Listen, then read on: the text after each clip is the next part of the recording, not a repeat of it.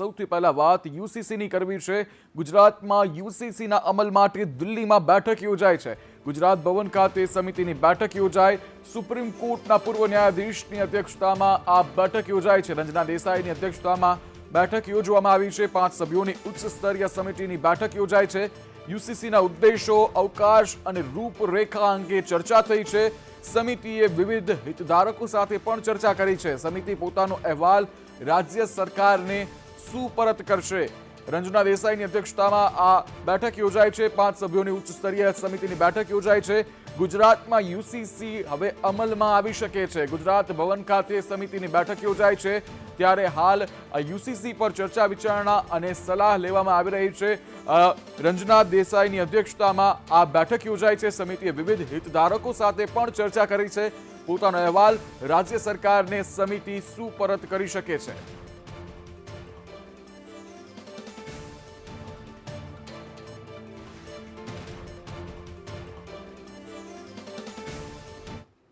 તો શિવરાત્રી મેળાને લઈ મુસ્લિમ એકતા મંચના પ્રમુખનું નિવેદન સામે આવ્યું છે। મુસ્લિમ એકતા મંચના પ્રમુખ ઇમ્તિયાઝ પઠાણનું આ નિવેદન છે। કહ્યું, મહેશગીરીના નિવેદન પર મુસ્લિમ અગ્રણીનો રોષ જોવા મળી રહ્યો છે। ઇમ્તિયાઝે કહ્યું, શિવરાત્રીનો મેળો કોઈની અંગત જાગીર નથી। ગમે તેમ બેફામ નિવેદનો કરો તે વ્યાજબી પણ નથી। તમારા નિવેદનોથી બે ધર્મ વચ્ચે વર્ગ વિગ્રહ થાય છે। જૂનાગઢમાં એકતા અને ભાઈચારો સલામત રહ્યો છે। ભાઈચારાથી જ હિન્દુ મુસ્લિમના તહેવારો ઉજવાઈ રહ્યા છે।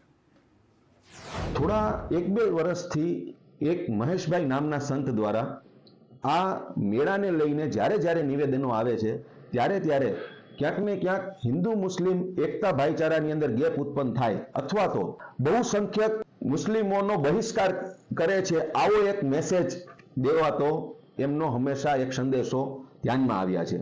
આ મેળો કોઈની અંગત જાગીર નથી અને તમે જો એવું માનતા હોય કે તમારી આ અંગત જાગીર છે તો તમને ખુલાસો કરી દઈએ કે આ લોકમેળો છે ને, લોકમેળાની અંદર આની સરકારશ્રી તરફથી એક લોકમેળા સમિતિ હોય અને એના કલેક્ટર અધ્યક્ષ હોય। નર્સિંગ પરીક્ષામાં એબીસીડી કરીને 4 ઓપ્શનના કારણે ગોટાળા થયા હોવાનું સામે આવ્યું અને આ મુદ્દે જ ઋષિકેશ પટેલનું હવે નિવેદન સામે આવ્યું છે। તેઓએ કહ્યું કે આજે અધિકારીઓ સાથે બેઠક કરાઈ છે। પરીક્ષા મુદ્દે નિર્ણય ઝડપી કરાશે। વિદ્યાર્થીઓના હિતને ધ્યાનમાં લેવાશે। વિદ્યાર્થીઓના માર્ક્સ તપાસવામાં આવી રહ્યા છે। 90 સેન્ટર પરના વિદ્યાર્થીઓના માર્ક્સની તપાસ કરાઈ રહી છે। કોના કેવી રીતે માર્ક્સ છે તેની તપાસ પણ ચાલુ છે। યુનિવર્સિટીમાંથી સત્તાવાળાઓને બોલાવ્યા હતા।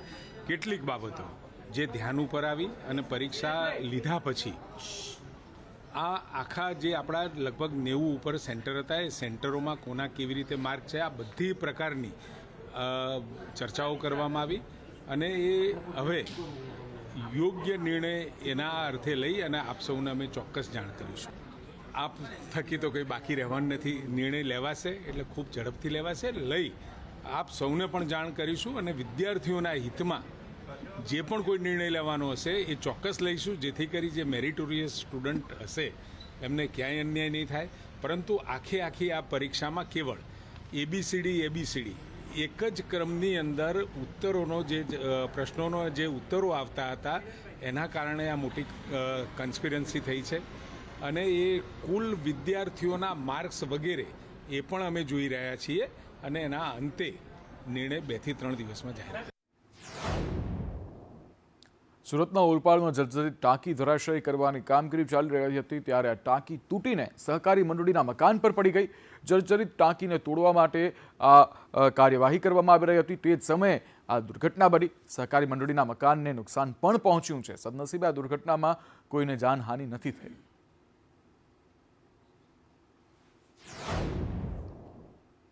ગોળ, આ શબ્દ સાંભળી આપણને શેરડીનો રસ યાદ આવે। તેમાંથી બનેલો ગોળ જે સેહત માટે ખૂબ સારો હોય છે, પરંતુ આ ગોળ, ઓર્ગેનિક ગોળ, તેના નામે કેમિકલ તમને પધરાવવામાં આવી રહ્યું છે। ઓર્ગેનિક ગોળમાં કેમિકલના ઉપયોગનો ઘટસ્ફોટ થયો છે। ગીર સોમનાથમાં ગોળના રાબડાઓ પર એસઓજીના દરોડા પાડવામાં આવ્યા। તાલાલાના શ્રીજી ફાર્મ, ભાગ્યોદય ગૃહ ઉદ્યોગમાં દરોડા પાડવામાં આવ્યા। ઓર્ગેનિક ગોળમાં ઇન્ડસ્ટ્રીયલ કેમિકલનો ઉપયોગ કરવામાં આવતો હતો। સોડિયમ હાઇડ્રોસલ્ફાઇડ સહિત અલગ અલગ પ્રકારના કેમિકલનો જથ્થો જે છે તે જપ્ત કરવામાં આવ્યો છે। 86,000ની કિંમતના કેમિકલના 8 બેરલ સીઝ કરવામાં આવ્યા છે।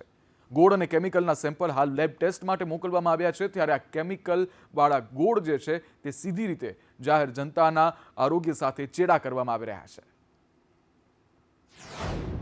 જે આ કેમિકલ ઇન્ડસ્ટ્રીયલ કેમિકલ જુદા જુદા પ્રકારના જે જીવન માટે હાનિકારક છે, સૂત્રાપાડા તાલુકા, તાલાળ તાલુકો હોય કે કોડીનાર તાલુકો હોય કે આખું ગુજરાત હોય, દરેક રાબડામાં આપણે જઈએ તો રાબડાવાળા કહે છે કે અમે ઓર્ગેનિક ગોળ વેચીએ છીએ. ઓર્ગેનિક ગોળના બહાના હેઠળ ઝેર ખેડૂત અને આમ જનતાને અને પ્રજાને ખવડાવવામાં રાબડાવાળાનો મોટો હાથ છે. એને જે આ પર્દાફાશ કર્યો એ વખાણવા લાયક છે. તલાલા વિસ્તારમાંથી જે ગોળના રાબડાઓ છે ત્યાં મજૂરો ચેક કરી રહ્યા હતા. એ સમયે ગોળના રાબડાઓમાંથી ઇન્ડસ્ટ્રીયલ પ્રકારનું સોડિયમ હાઇડ્રોસલ્ફાઇડ કરીને કેમિકલ મળેલું છે. એ ઉપરાંત બીજા 2-3 અલગ અલગ ટાઈપના કેમિકલ મળ્યા છે. જે કેમિકલ મળતા જ ફૂડ એન્ડ ડ્રગ ડિપાર્ટમેન્ટને બોલાવી એમની પાસેથી સેમ્પલ લેવડાવી અને આગળની કાયદેસર કાર્યવાહી કરવાની પ્રક્રિયા ચાલુ છે. તો ભાવનગરમાં ભાજપની જનસંપર્ક યાત્રાનો વિરોધ કરવામાં આવી રહ્યો છે. કોંગ્રેસે ભાજપની આ જનસંપર્ક યાત્રાનો વિરોધ કર્યો છે. પોલીસે આ પ્રદર્શન કરનારાઓની અટકાયત કરી છે. પોલીસ બંદોબસ્ત વચ્ચે જનસંપર્ક યાત્રા નીકળી હતી. વોર્ડ નંબર 3ની પેટા ચૂંટણી માટે આ યાત્રા કાઢવામાં આવી હતી, જ્યારે કોંગ્રેસ દ્વારા યાત્રાનો વિરોધ કરવામાં આવ્યો, જ્યારે પોલીસે કોંગ્રેસ કાર્યકર્તાઓને લઈ અને તેઓની અટક કરવામાં આવી છે. જૂનાગઢ કોંગ્રેસને મોટો ફટકો પડ્યો છે. પૂર્વ સંગઠન મંત્રી ભાજપમાં જોડાયા છે. સાજિદ હાલાએ કેસરિયા કરી લીધા છે. વોર્ડ નંબર 11ના ઉમેદવારનું સમર્થન કરવામાં આવ્યું છે. તો સાબરકાંઠાની ખેડબ્રહ્માની વાત કરીએ તો નગરપાલિકામાં આમ આદમી પાર્ટીને ઝટકો લાગ્યો છે. આમ આદમી પાર્ટીના ઉમેદવાર ભાજપમાં જોડાઈ ચૂક્યા છે. આમ આદમી પાર્ટીના બળવંતસિંહ જે છે તે ભાજપમાં જોડાયા છે અને ભાજપમાં જોડાતા હાલ આમ આદમી પાર્ટીને એક મોટો ઝટકો લાગ્યો છે.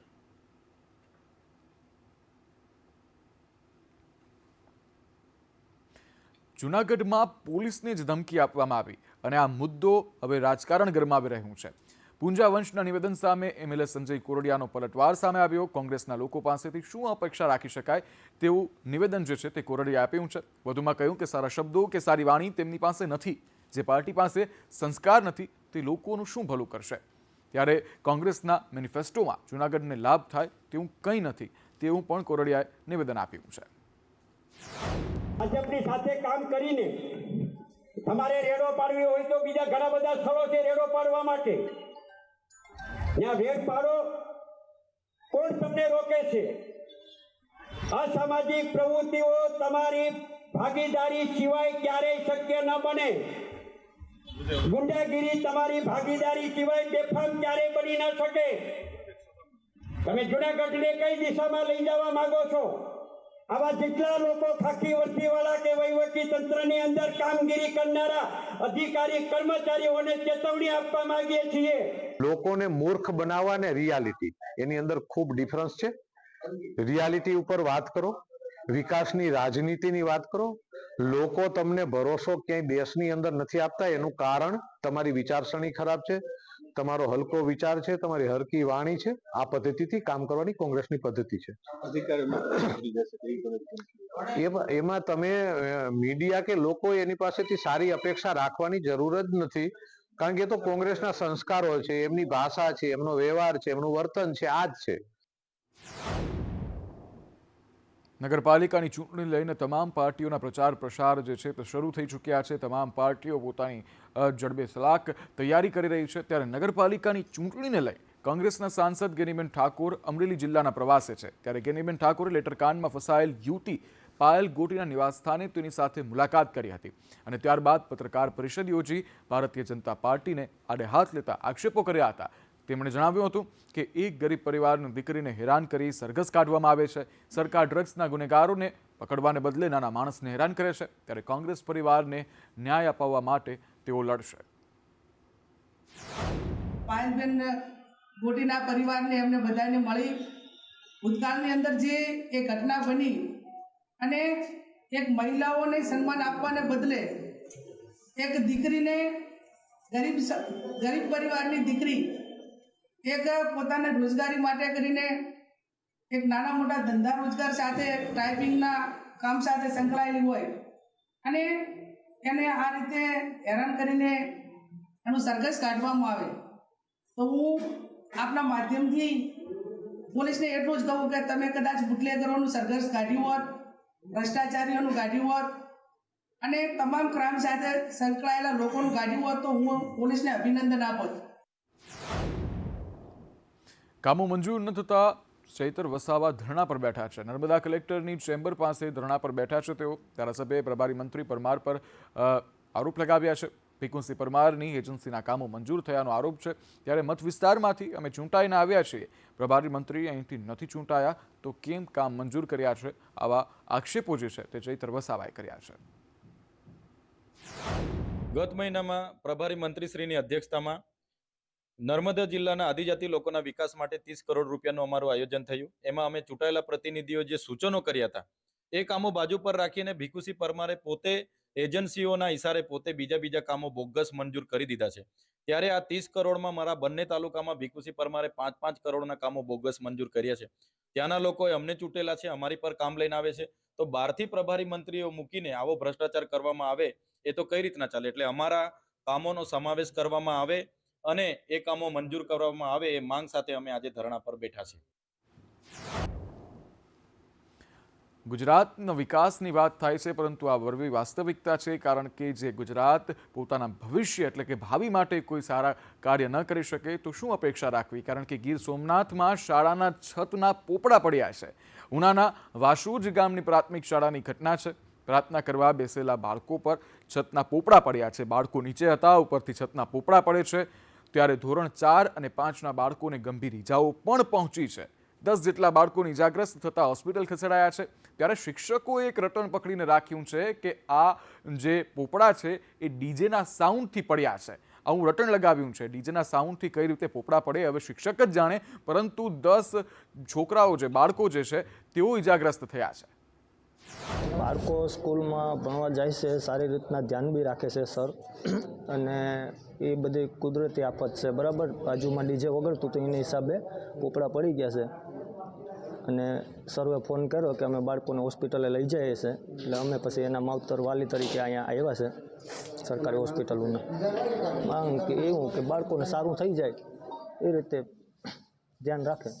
ઘટના 12:30 વાગે જ્યારે 4 થી 5 ધોરણના પ્રાર્થના બોલતા હતા ત્યારે ડીજે વાગતું હોય ધ્રુજારીને કારણે પોપડું પડેલ છે અને 7 થી 8 છોકરાઓને લાગેલું છે. એમાં 2 ને ટાંકા લેવા પડ્યા છે, બાકી સ્ટીચિંગ નોર્મલ ડ્રેસિંગ આવ્યું છે. હા થયેલી છે. એ છોકરા પ્રાર્થનામાં બે હતા ને ઉપરથી પોપડો પડ્યો, ડીજે બાજુ વગડતા હતા ને તે પડ્યો. કેવું લાગ્યું? એક જ હોય હતું. તમારી માંગણી શું છે બેન? છોકરાને લાગ્યું છે, છોકરા સ્કૂલે ગયા હતા, અમારા દીકરાને સારું થઈ જવું જોઈએ, બસ બીજું મારે કંઈ ન જોઈએ. રાજ્યમાં સ્કોલરશિપ મુદ્દે ઠેર ઠેર વિરોધ જોવા મળ્યો હતો. સુરત અને સાબરકાંઠા VNSGUમાં વિદ્યાર્થીઓએ વિરોધ કર્યો હતો. તો લુણાવાડામાં પણ વિદ્યાર્થીઓનું રોડ રોકો આંદોલન જોવા મળ્યું. તો વડોદરામાં પણ ABVP દ્વારા SC/STના વિદ્યાર્થીઓને સ્કોલરશિપ ન મળતા ફતેગંજ વિસ્તારમાં ચક્કાજામ કરી વિરોધ પ્રદર્શન કર્યું હતું.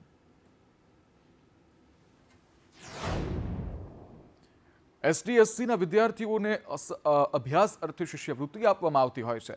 જોકે છેલ્લા કેટલાક સમયથી આ શિષ્યવૃત્તિ બંધ કરવામાં આવતા હવે વિરોધનો સૂર છેડાયો છે. સાબરકાંઠાના મુખ્ય મથક હિંમતનગર ખાતે ABVP દ્વારા વિદ્યાર્થીઓને સાથે રાખી અને વિરોધ પ્રદર્શન કરવામાં આવ્યું હતું.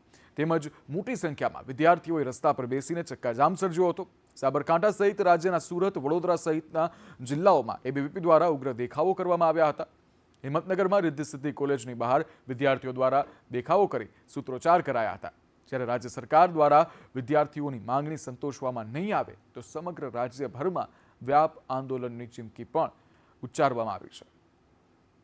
સ્કોલરશિપ બંધ કરી હતી તો એમને પહેલાં કહેવું પડે કે સ્કોલરશિપ બંધ કરવાની છે એમ. આજે કેટલા વિદ્યાર્થીઓને તકલીફ પડે છે સ્કોલરશિપ ભરવાની. 1,30,000 સ્કોલરશિપ છે તો અમારે પૂરેપૂરી ભરવાની. આજે તો અમે રોડ જામ કર્યો છે, પણ પહેલી વખતે અમે ગાંધીનગર ગયા હતા તો હજી કોઈ રિઝલ્ટ આવ્યું નહીં કે સ્કોલરશિપ તમને મળે એમ. શું માંગ છે તમારી? કે અમારે સ્કોલરશિપ આપો એટલી જ માંગ છે. અત્યાર સુધી SC/ST વિદ્યાર્થીઓને સ્કોલરશિપ મળતી હતી, પણ હવે સરકાર દ્વારા ST લોકોની સ્કોલરશિપ રદ કરવામાં આવી છે, એટલે એનો છે આ એનું છે. સરકારને વિનંતી કરીએ છીએ કે એસટી લોકોની સ્કોલરશિપ આપો, બાકી બીજી વાર આ આંદોલન થશે. સમાચારોમાં આગળ વાત કરીએ તો કેન્દ્રીય વન અને પર્યાવરણ મંત્રીએ એક જાણકારી આપી છે કે ગુજરાતમાં એશિયાઈ સિંહોની વસ્તીમાં વૃદ્ધિ થઈ છે. ડાળામથ્થાઓની સંખ્યામાં વૃદ્ધિ થઈ છે. રાજ્યમંત્રી કીર્તિવર્ધન સિંહે રાજ્યસભામાં માહિતી આપી છે. 2010માં 411, 2015માં 523, 2020માં 674 સિંહ હતા, જ્યારે છેલ્લા 3 વર્ષમાં સિંહોના સંરક્ષણ માટે કરોડો ફાળવવામાં આવ્યા હતા. 2021-22માં 91.3 કરોડ રૂપિયા, 2022-23માં 129.16 કરોડ રૂપિયા ખર્ચ કરવામાં આવ્યા હતા, જ્યારે 2023-24માં 155.53 કરોડ રૂપિયા ખર્ચ કરવામાં આવ્યા છે, જેને લઈ અને હાલ સિંહોની સંખ્યામાં વૃદ્ધિ થઈ છે. ડાલામથ્થાઓ જે છે તેમાં વૃદ્ધિ થઈ છે. એશિયાઈ સિંહોમાં જે છે તેમની સંખ્યામાં વૃદ્ધિ જોવા મળી છે.